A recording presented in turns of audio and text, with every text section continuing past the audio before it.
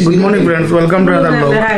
ঠিক করবে কোনটার মধ্যে নাই তাহলে ঠিক হবে বেশি করতে হয় চিনি চিহলে পুরা কুলা লাগবে তো বিটা একটা রাতে দেন খাতাম তো দেরি হলো তোমরা বা এ জি করে দিয়েছিল তো চলো চলো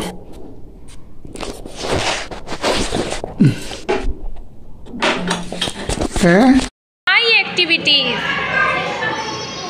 My activities. I brush. Shankha. I brush. I eat. I play. I read. I sing. I sleep.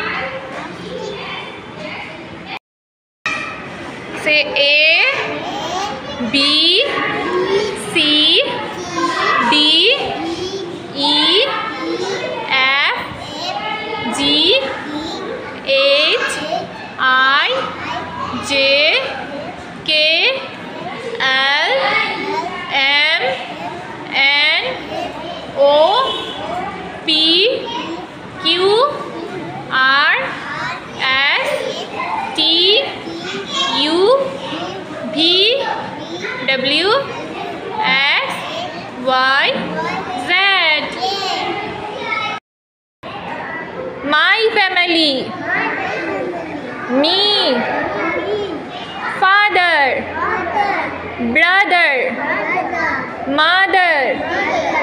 Sister. Pet.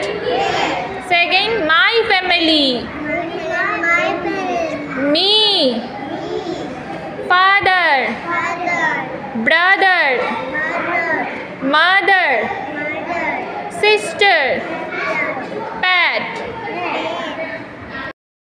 বুটো কোন দেখি ক্যালেন্ডারটা দেখেছেন হ্যানিম্যান অন্য আয় হ্যানিম্যান হোমিও হল এটা সুন্দর আছে ফটোটা সুন্দর হয়েছে কই টাঙ্গাই যায় উপরে টাকা নেই উপরে টাঙ্গাইলা ছবিও লাগে তো বাংলা ক্যালেন্ডার লাগে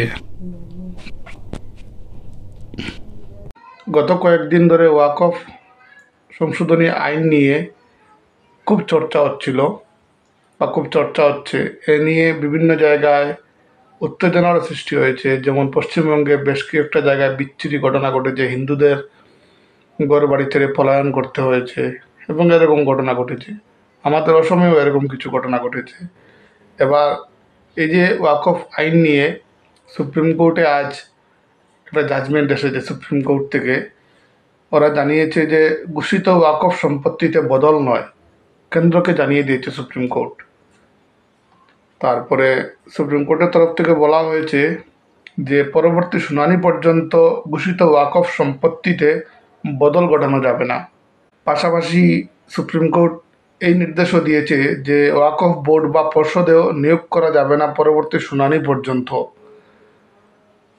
সুপ্রিম কোর্টে যে অন্তর্বর্তী নির্দেশ দিয়েছে তা তারা মানবে এরকম বলেছে কেন্দ্র সরকার আর পরবর্তী শুনানি হবে আগামী 5 মে আজকে যখন শুনানির শুরুতে এ ব্যাপারে সওয়াল করেছিলেন কেন্দ্রের সলিসিটর জেনারেল তুষার মেহতা তিনি জানান কেন্দ্রের কাছে প্রচুর তথ্য জমা পড়েছে সেখানে দেখা যাচ্ছে বহু জমি ওয়াকফ জমি হিসেবে নথিভুক্ত রয়েছে নিজেদের সম্পত্তি নিয়ে প্রশ্ন রয়েছে বহু মানুষের মনে এরপরই সুপ্রিম কোর্টের কাছে রিপোর্ট জমা দেওয়ার জন্য সময় চায় কেন্দ্র তার ভিত্তিতে কেন্দ্রকে 1 সপ্তাহ সময় দিয়েছে শীর্ষ আদালত নতুন ওয়াকফ আইনের সাংবিধানিক বৈধতা নিয়ে প্রশ্ন তুলে মামলা হয়েছিল এবার ব্যাপারটা কোন দিক দিয়ে গিয়েছে বা কতটুকু অবধি গড়িয়েছে কি হচ্ছে বা কি হতে চলেছে তা বোঝা যাচ্ছে না আর একটু ঘাটাঘাটি করলে তা একটু পরিষ্কার হয়ে যাবে খুব বেশি ঘাটাঘাটি করিনি আমি শুধু এই রিপোর্টটা পেয়ে